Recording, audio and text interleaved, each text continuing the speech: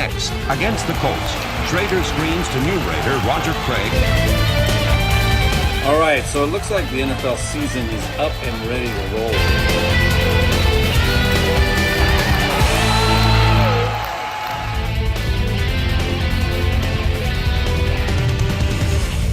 Yes. We're back.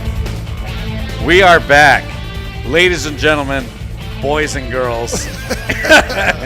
Inside joke. Inside joke. So we had a little technical difficulty, but we're back. So I want to welcome Thanks for you hanging all. in there. Thanks for hanging in there. Now, you notice Jay and I have switched this week. That's right. And it's okay because, we want to be flexible. We don't want to be the guy that's sleeping on the same side of the bed all the time, right? That's right. That's right. So, which I have been for many years. I got to get the switch going.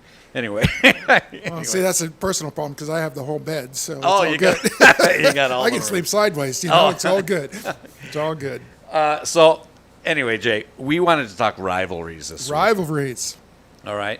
So, those of you watching, listening, calling in, you can chime in on all this stuff that we have today. Please do. Yeah. All right. Want to hear your opinions and everything else? We'll get that number up there on the screen for you so you can call in and everything. But it'll be a lot of fun. There's been a lot of good ones over the years. And, I talked to you last week because the Dodgers and the Padres, that was an exciting series. Yeah. There was a lot of energy and everything else. And then they showed the record the last couple of years. And I'm like, It's ugly.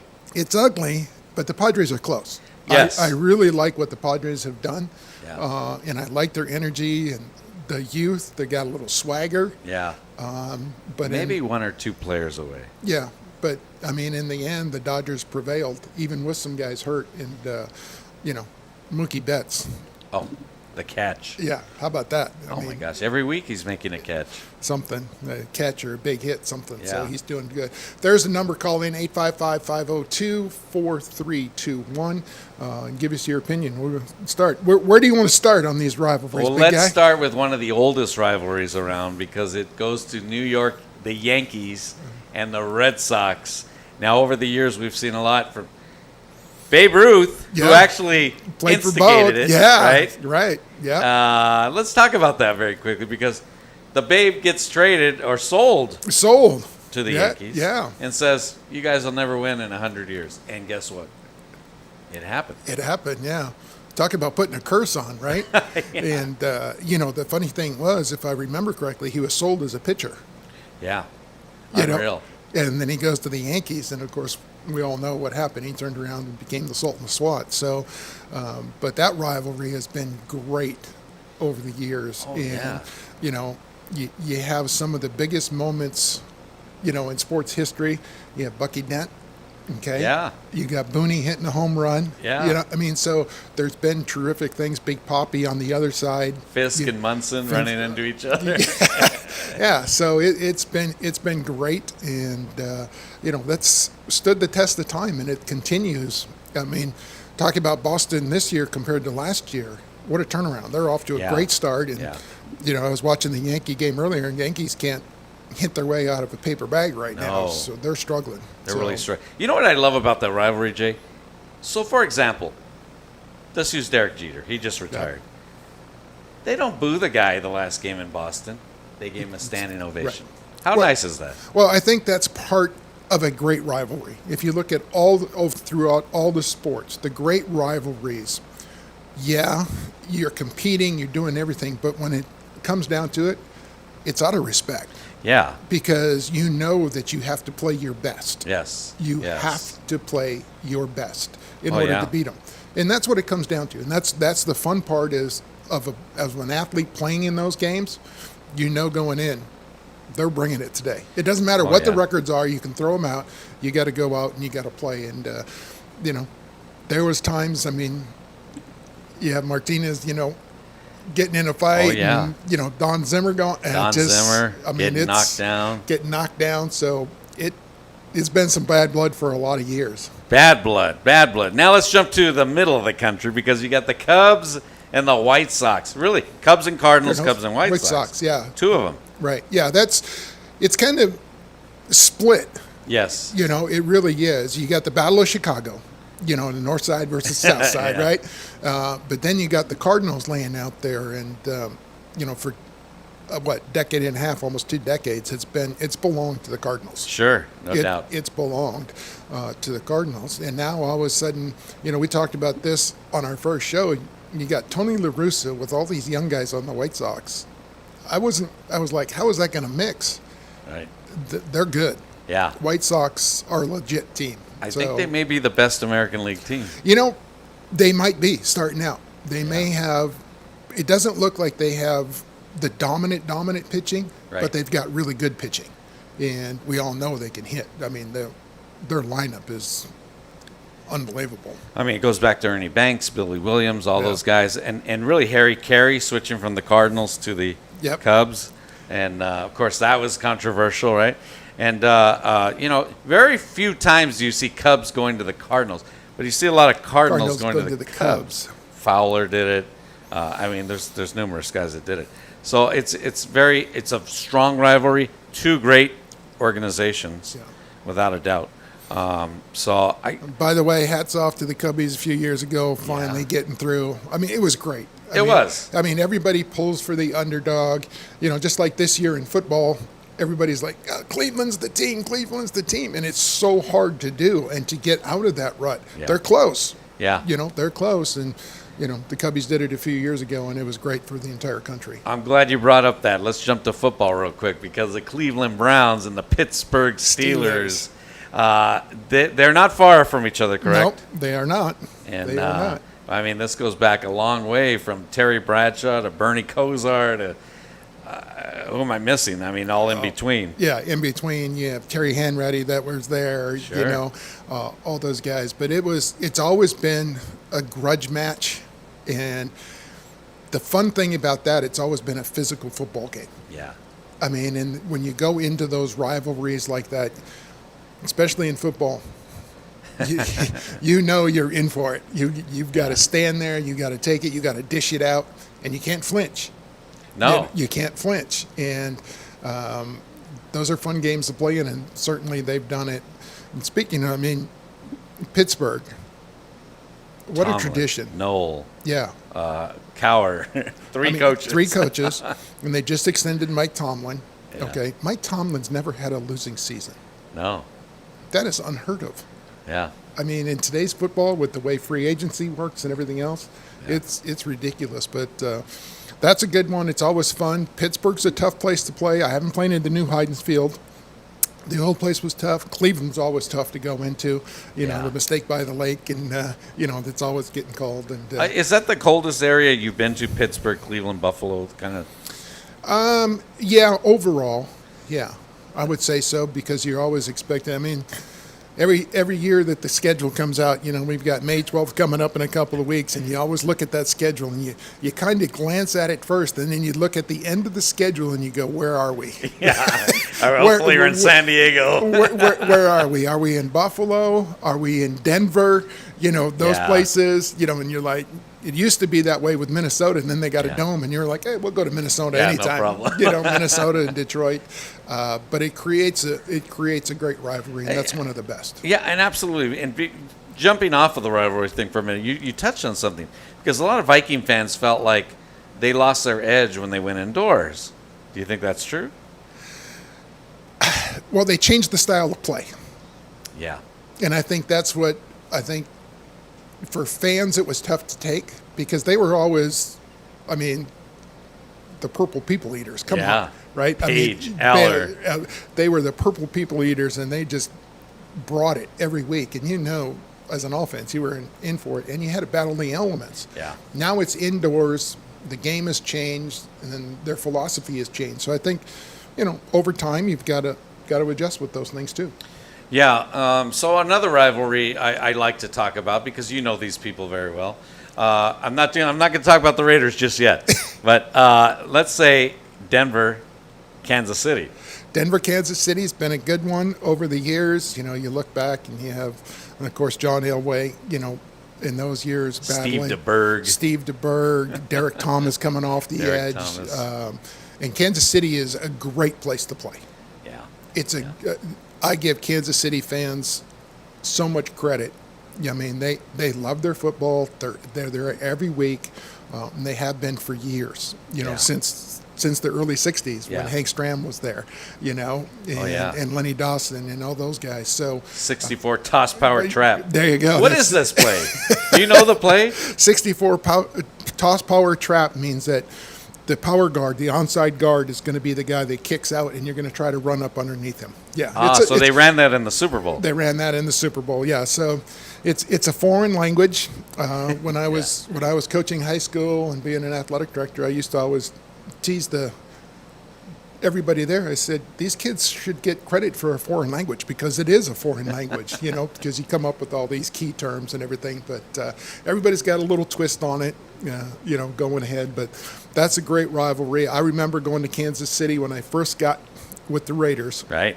And we checked into the hotel, and about 4:30 in the morning, my phone in my room rings. Oh, no. It's the radio station.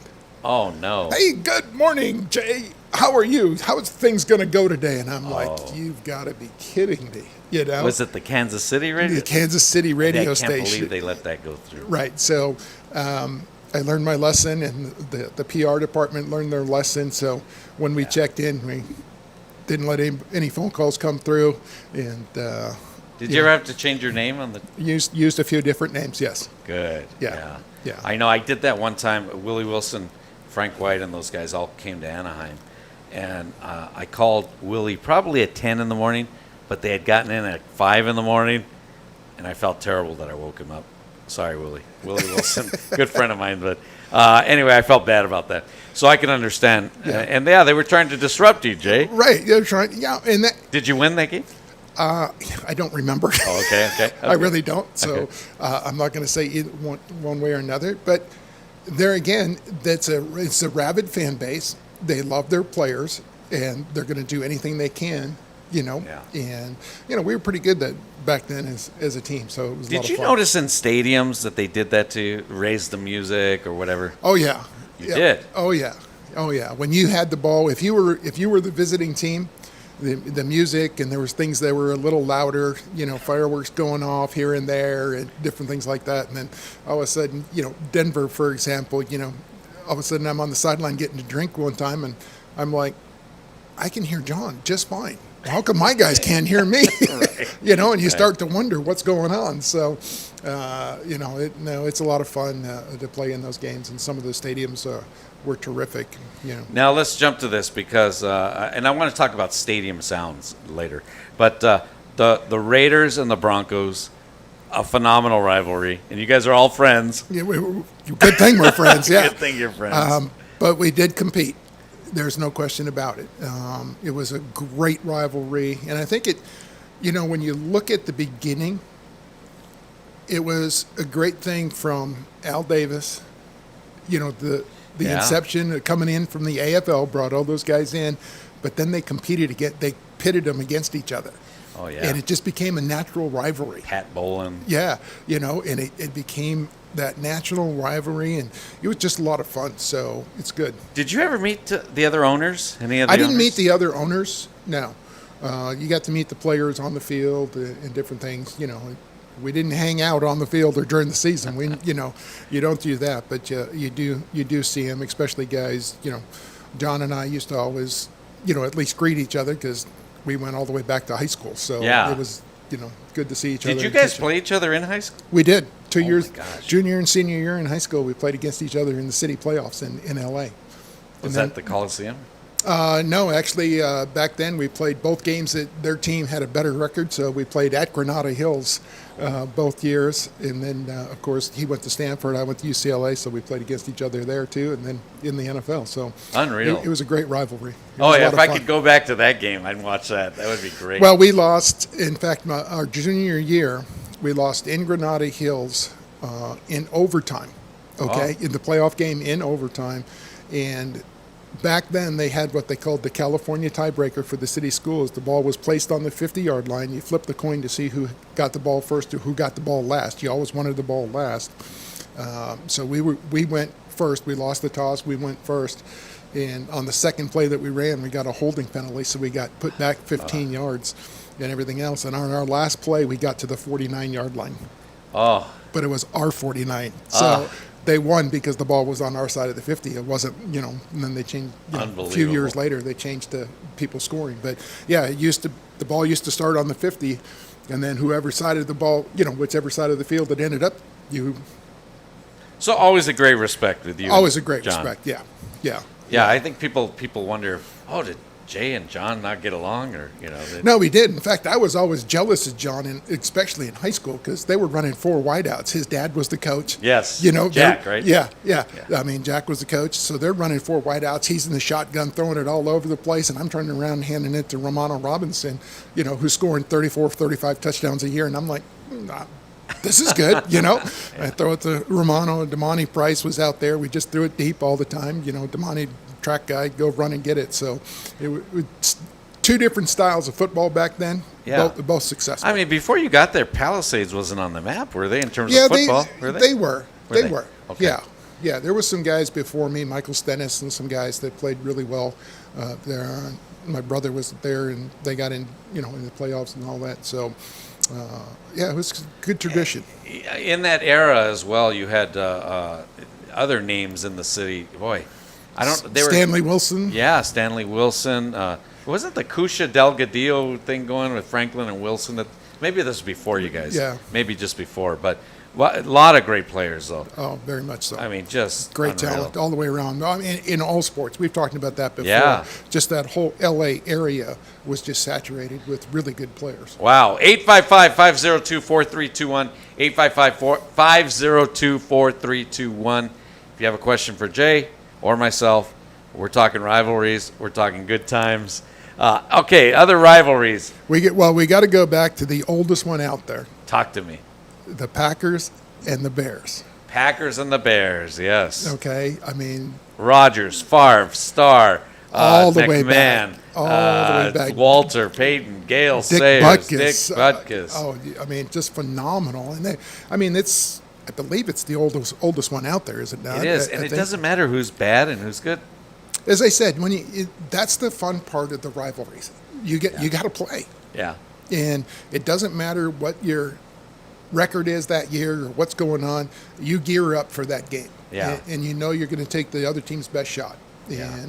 And, we look at that. You've got that one. When I was with Washington, when we went to play the Giants. Another one.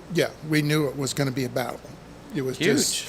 Both teams were up and coming. And that's like a 3-way with Philly, right? a 3-way with Philly, and then you throw, then you had Dallas made their run in there Dallas. after, all 4 of them. After the Giants and us went on a run, and Philly got in there, and then all of a sudden Dallas took over for a while, and I think that's what really makes it, is when teams jump up, because then, if the teams are down, like the last couple of years, the Giants have been down. Yeah. But I'll tell you what, they've battled and they've given some guys some games because they get excited for those games, and it's league games, and it just means more. Thanksgiving Day with the Cowboys, did you have that? I never played on Thanksgiving Day. Wow, you avoided that. I played on Christmas Day and all that, but I never played on Thanksgiving because, it was always the Cowboys and the Lions.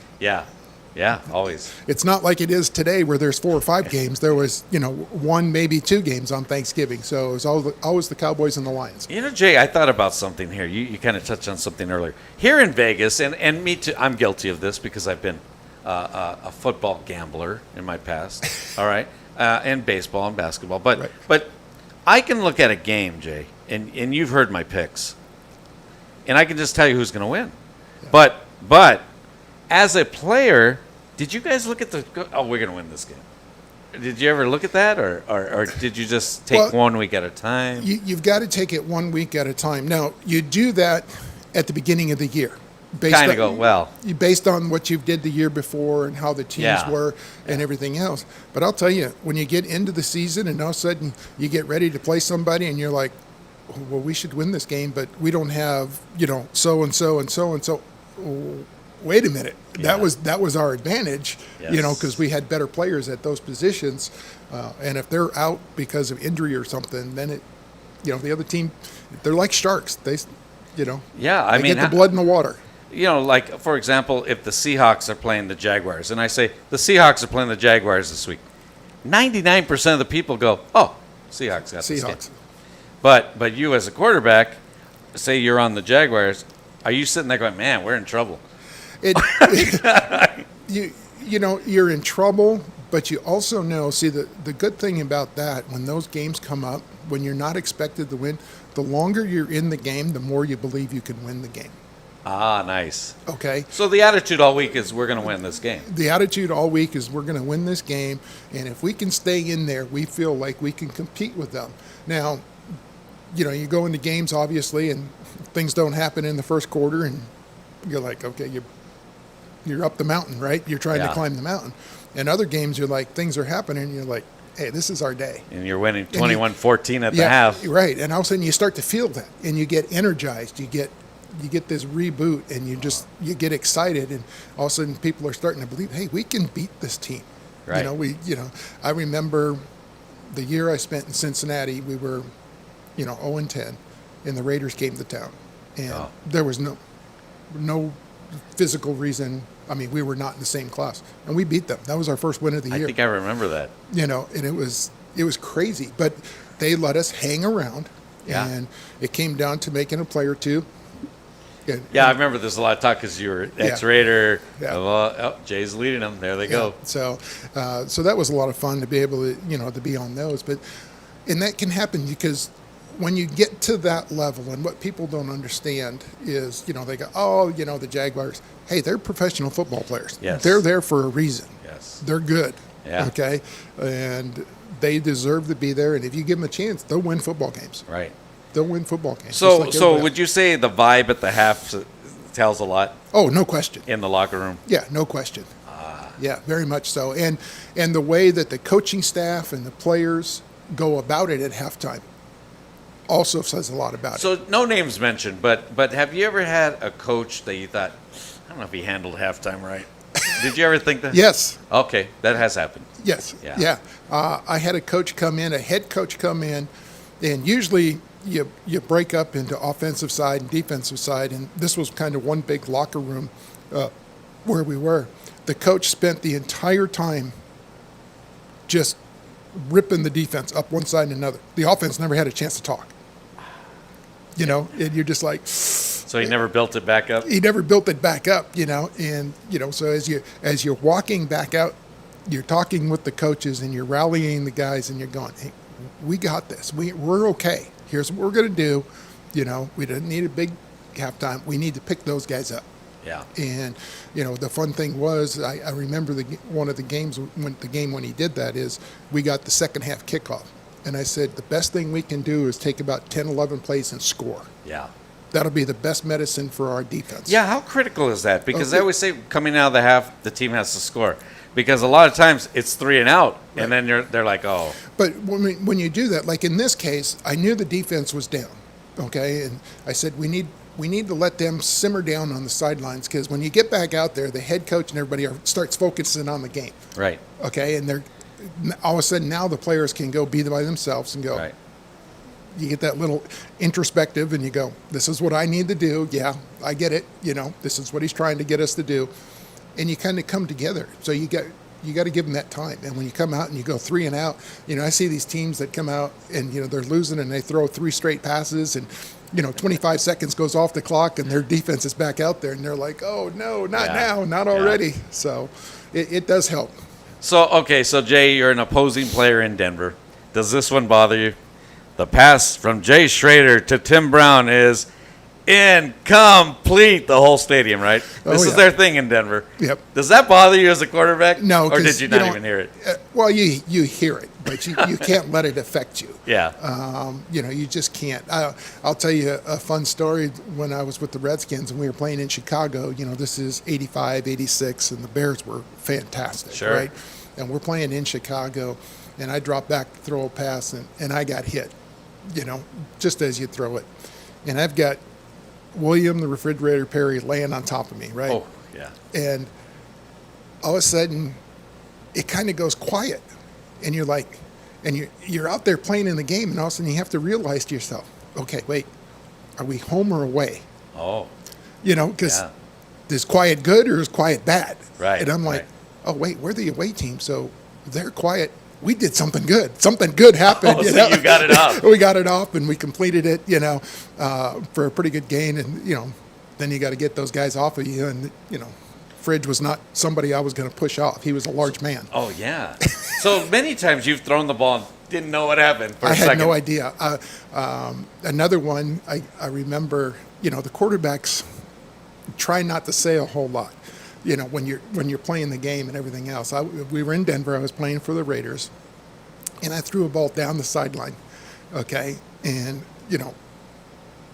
they're coming over the top, and I throw it, and I go, oh, no, like just had a this. feeling. And, of course, all the linemen start, because they get panic mode, because now we're fair game, Yeah, right? I mean, yeah. all of a sudden, Now we're that fair you're a game. defender now. Right. And I do this, oh, no, and everything else, and everybody starts breaking down, looking. Well, the ball got tipped, and Art Monk caught it and ran it in for a touchdown.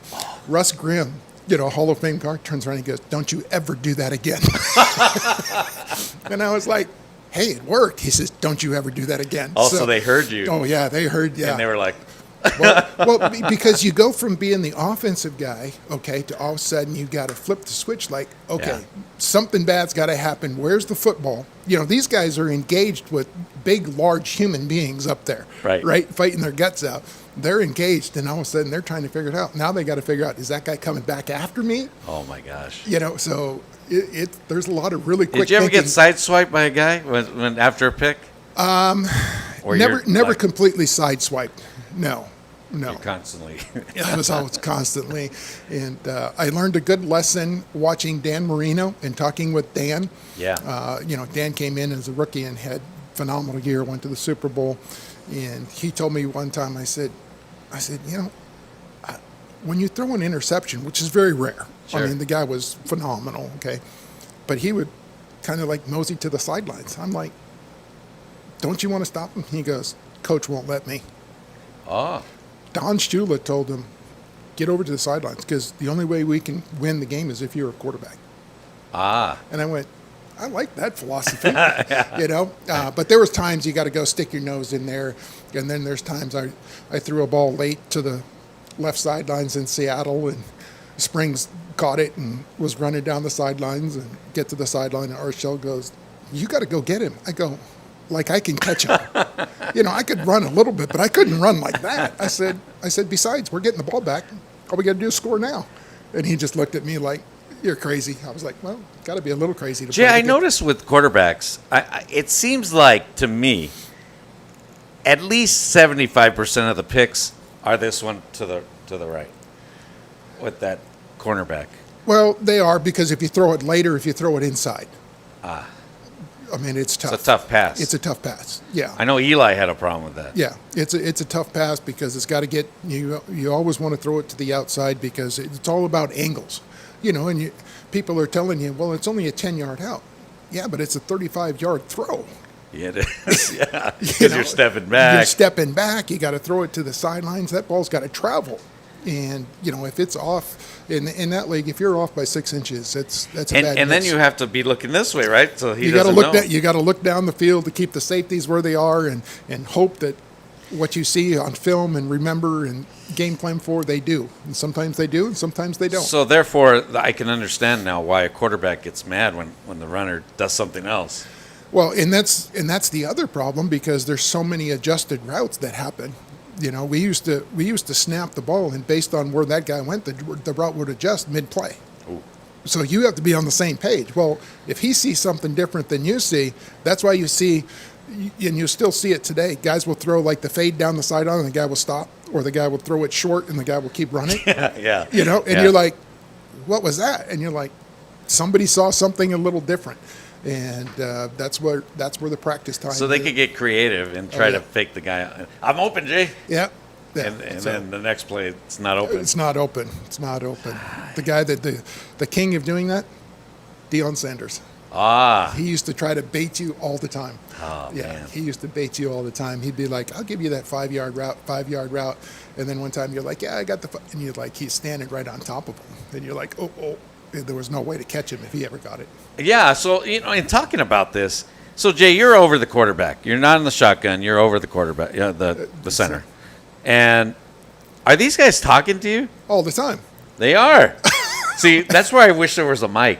Oh yeah. Well, yes and no. You don't want to hear that. Yeah, they'd have to delay it and bleep out some things, But Is it generally the middle guy? it could be any one of them. It all depends on the personality. They trying to scare you? Well, not only trying to scare you, just try to throw your concentration off.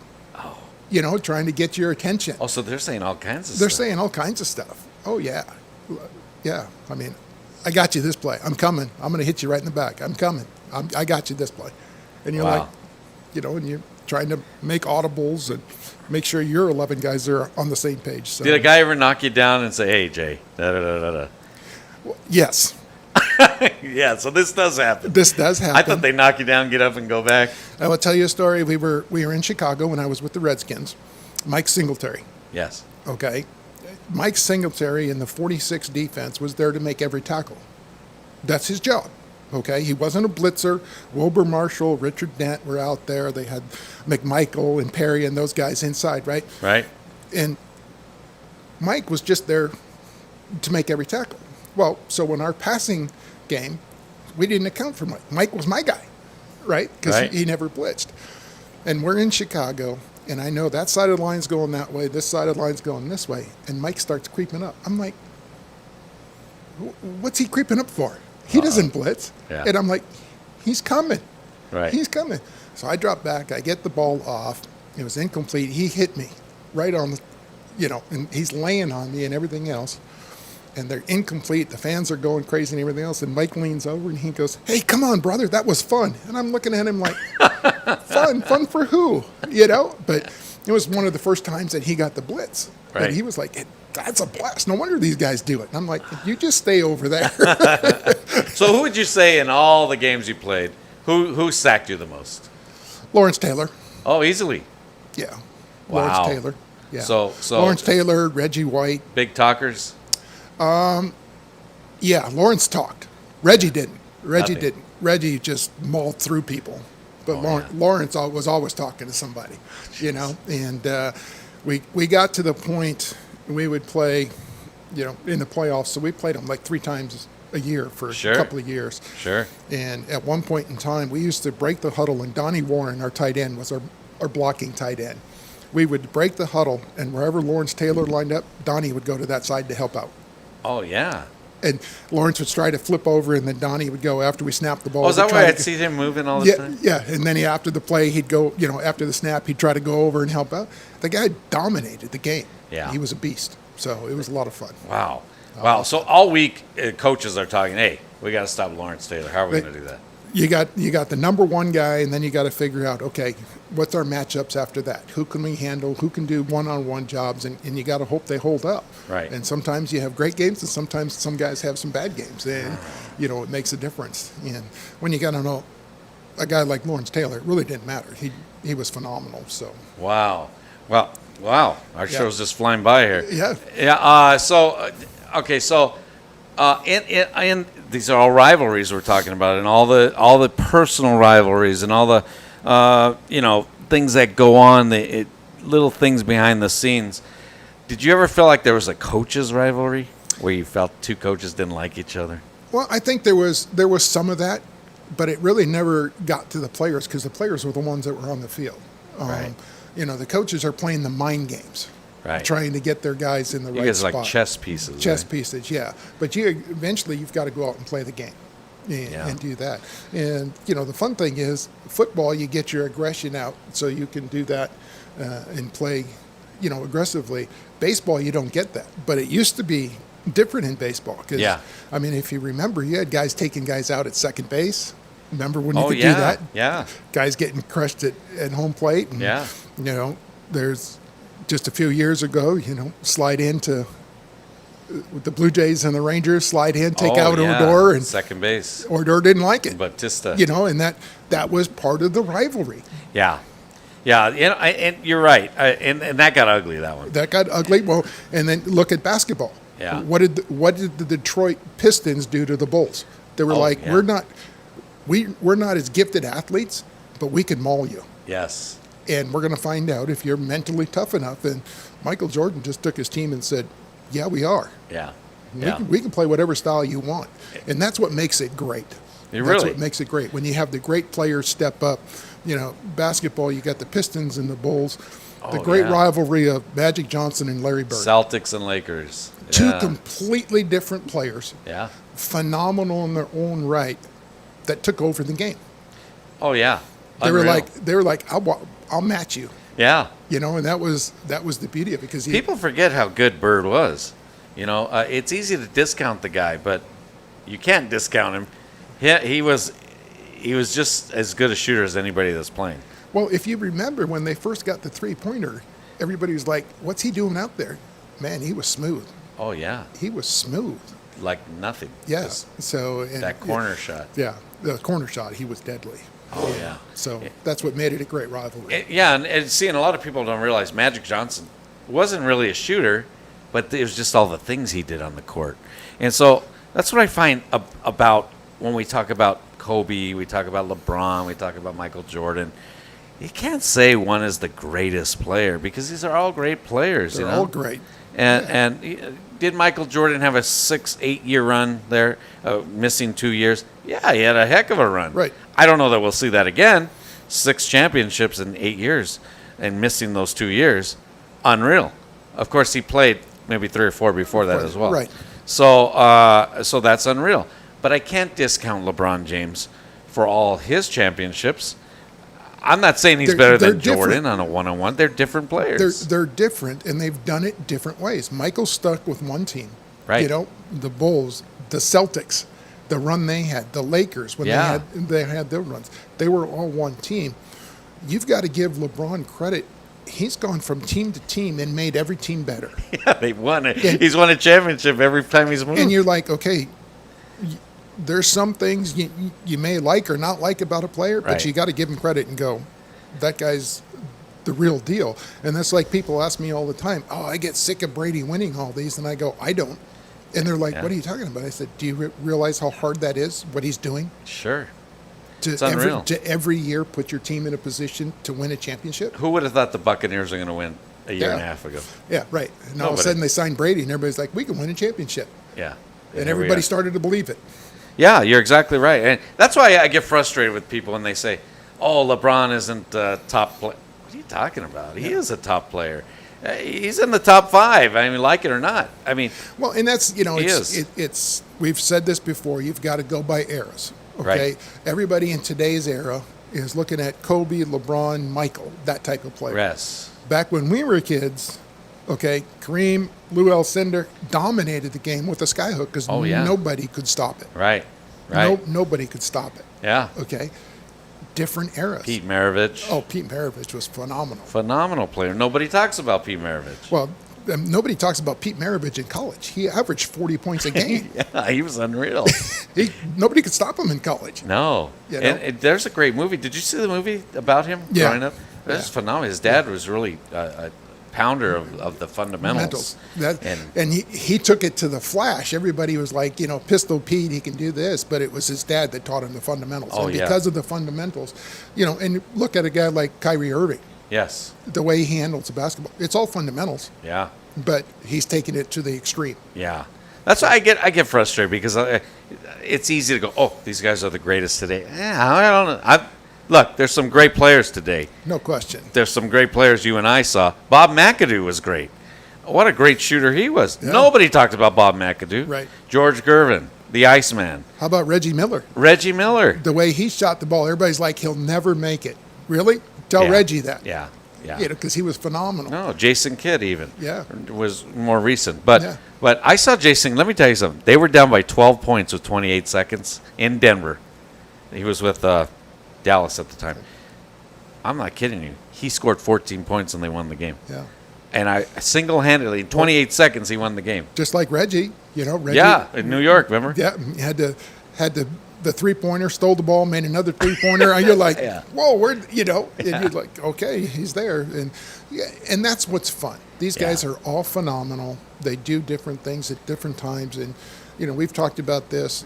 Gale Sayers. Yeah. We all would have loved to see Gale Sayers stay healthy and play. Sure.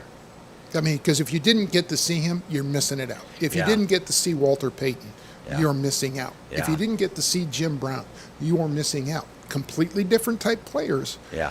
but phenomenal. Yeah. You know. Did And- you know Walter? Yeah, I played with Walter in the Pro Bowl. Wow. Now, he seemed like a really nice guy. He was a great guy. Yeah, he was great. I was a young kid, and got to the Pro Bowl, and he came out to the first practice, and I said, "Mr. Payton," and I introduced myself. He goes, "Don't call me Mr. Payton." And I looked at him. He goes, "You're on the same field with me. I'm Hey. Walter." Oh, nice. So he kind of built you up. He's like, "You're on the same field. You deserve to be here." And I was Right. like, "Thank you." So Right. it was a lot of fun to be there and watch him. He was great. I mean, back when I played, I feel bad for Barry Sanders Yes, because he got lost in Detroit. he did. He got lost. I mean, And- should have cracked that record. Oh yeah, and he was phenomenal. And Yeah. he just got lost up there in Detroit, which was unfortunate. Have you seen those YouTube videos of oh, him? it's crazy. I like I told you, I saw him one time. He caught the ball, folks. He caught the ball on the 12-yard line with a guy in front of him, the sideline, and a guy to his side, and he's boxed in, and he got out for a touchdown. Probably untouched. Unreal. Yeah, he did like a spin, and there he goes. I was as much a fan as I was a player. So when we played Chicago, I watched Walter play. I watched Barry play. I'd go do my headset, get all that, but then I'd go up on the sidelines. I'm on a knee on the sidelines, and Barry Sanders is running full speed towards the sideline, and he planted in the ground, and he's like 2 feet off the ground. And people don't realize his thighs were huge. And I'm thinking to myself, where do you tackle that guy? Yeah. What do you hit? Yeah. How are you supposed to get him down? And he stopped and started and was in full speed. And I'm like, okay, I can't do that. Number one, I Yeah. would break everything in my body trying to do that. Yeah. And he did it on a routine basis. I mean, he was the B button. He had that spin move down. Unreal. I'm going to tell you a quick story about Emmett and Barry. So I'm at the Super Bowl in Tampa Bay. In Fort Lauderdale is the radio row and all that. So I'm in the elevator with Joey Browner. Yep. And I tell Joey, hey, do you know Emmett and Barry? And he goes, yeah, I know him. And I said, oh, I really like to meet those two because my son really loves those two guys.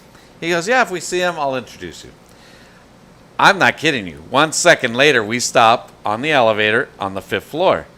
And Barry Sanders walks in. Hey, Joey, blah, blah, blah, blah. Hey, this is my friend Rich. We were just talking about you. Blah, blah, blah, blah. Nice to meet you.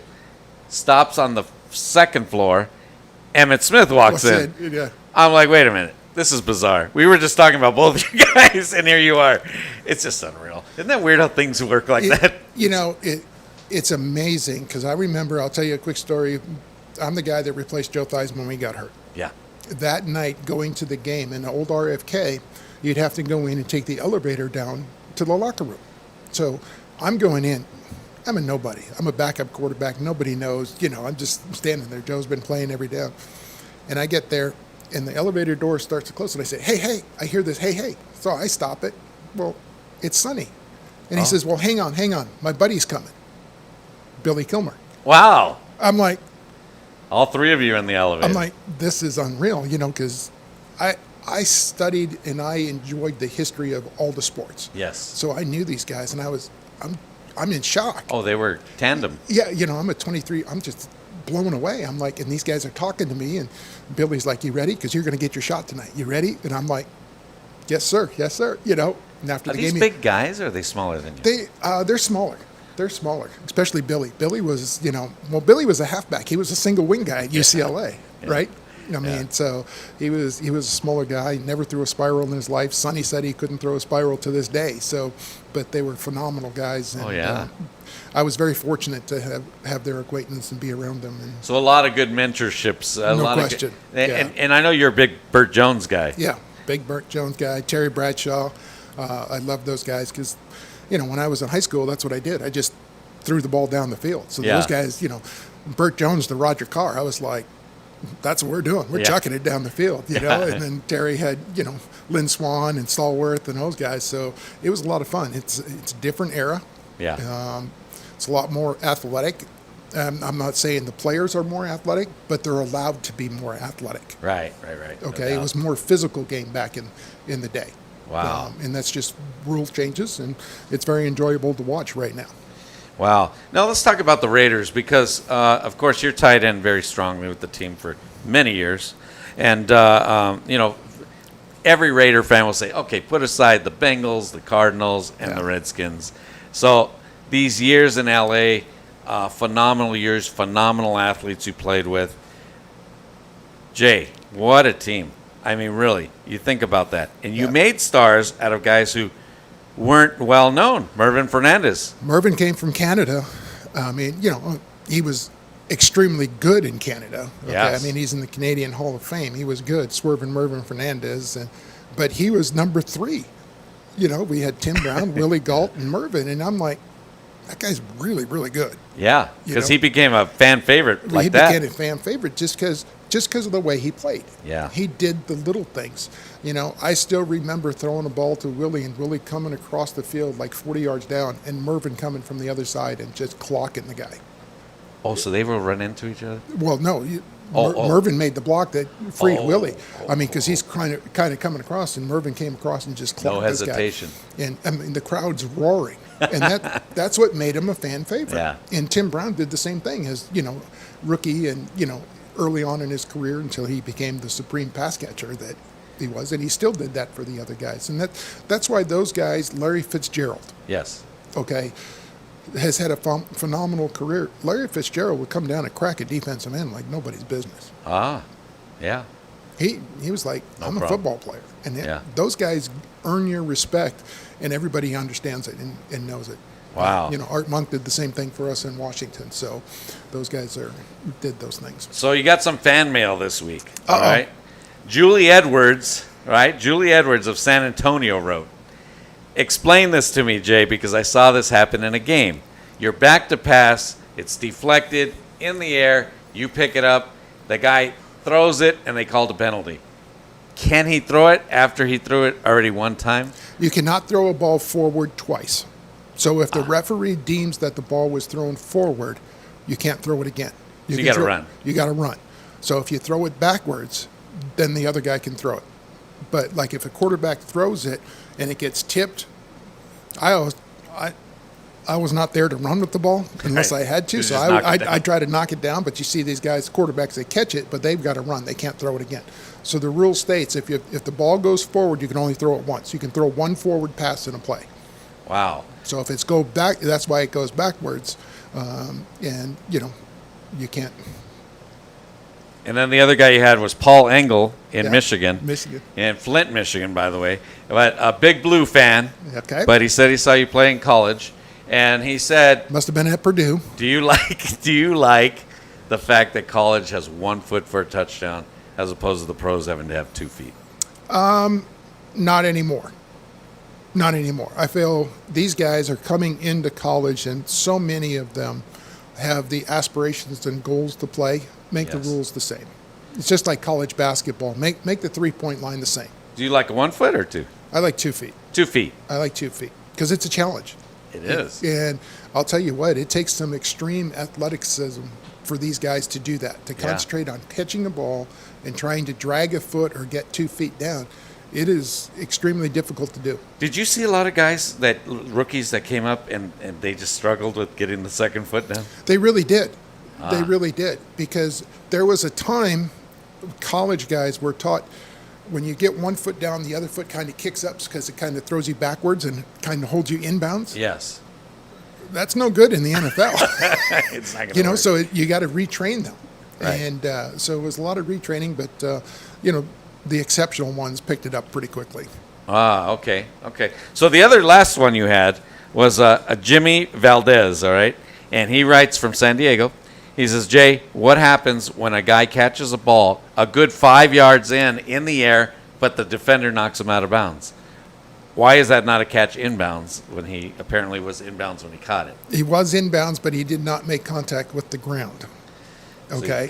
So they could push him right out? You can push them right out of bounds. You can actually, if a guy's going to the sidelines and you're a defensive back, the guy jumps up for the ball, you can pick him up and like carry him on your shoulder and carry him out of bounds. If he doesn't come down inbounds, it's incomplete. Wow. It's unreal. People Yeah, don't know this. People don't know that. Yeah. So it could be the middle of the field and they pick him up, right. delivered it. Right. Yeah. Oh my gosh.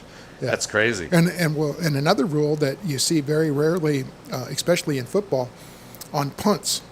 Okay, if you're punting the ball, okay, you're always taught, if you're the punting team, you go down, you grab the football, and you hold it till the referee blows the whistle. Right. Because if you just tap it, okay, the play is technically dead. But the other team can pick the ball up, run with it, run 30 yards down the field, fumble it. The punting team can recover it, and that the receiving team has the option of going back and taking the ball there. Oh my god. So that's why you see them grab the ball. Right. Because it's a free for all. You can grab it and run for a touchdown and it counts. If you fumble, you can take the ball back there. Wow. Because it was deemed down at that point. Here's the one I don't like, Jay. Quarterback is at the one, and you did this many times, so you had to go in. Quarterback does a sneak, reaches. Now they're reachers now. Right. You weren't reachers. I don't think you guys were reachers, but Because you have replay now. they reach. Guy hits the ball, or he just loses control. He goes out of bounds. It's a touchback. Well, not if you're running the ball. Okay. Okay? Not if you're running the ball. And that's the difference. That's where people, if you're running the ball, the minute that ball crosses the plane, which goes all the way across, whether Yeah. you're inside the pylon or outside, once that ball crosses inside and even touches that line, play's over. Right. So as soon as you do that and you have possession, it's a touchdown. Now, if you're catching a ball in the end zone, you have to come down with possession. So there's two separate rules, which makes it very confusing for people trying to learn the game. Yeah, it is, and like I said, you and I have talked about this before. That I can't remember off the top of my head. I think his name was I don't know, a big receiver for the Cowboys in the Super Bowl when against Denver. He catches a touchdown. Drew Pearson? It wasn't Drew. It was the other guy, his Okay. partner. Boy, it's on the tip of my tongue. I can't think of his name. But anyway, catches the ball, but he never caught it. Falls on the ground, lets the ball down. I scored. Right. And they called a touchdown. And I was like, to this day, I still look at that and I go, Dallas did not score a touchdown on that play. Well, and that's part of the rule changes, and that's always going to be, it's like calling balls and strikes in baseball. Yeah. It's arbitrary. When did they have the possession and when didn't they? So, Yeah. it's a battle that'll go on forever. On forever. Can you believe an hour went by, Jay? Already, just like that. Any last words of wisdom? Hey, next week we got the draft. So if you're NFL, fan out there, we'll be talking about the draft because next Thursday night will be the first round. We'll be able to talk about it. Unbelievable. Jay Schrader, Rich Perez, live from Las Vegas, Nevada. We'll be back next Thursday. Call us, 855-502-4321. We're more than happy to talk to you. Yeah. We could talk for hours about sports, Jay and I, and we love it. I'm Rich Perez, Jay Schrader. Have a great week, everybody.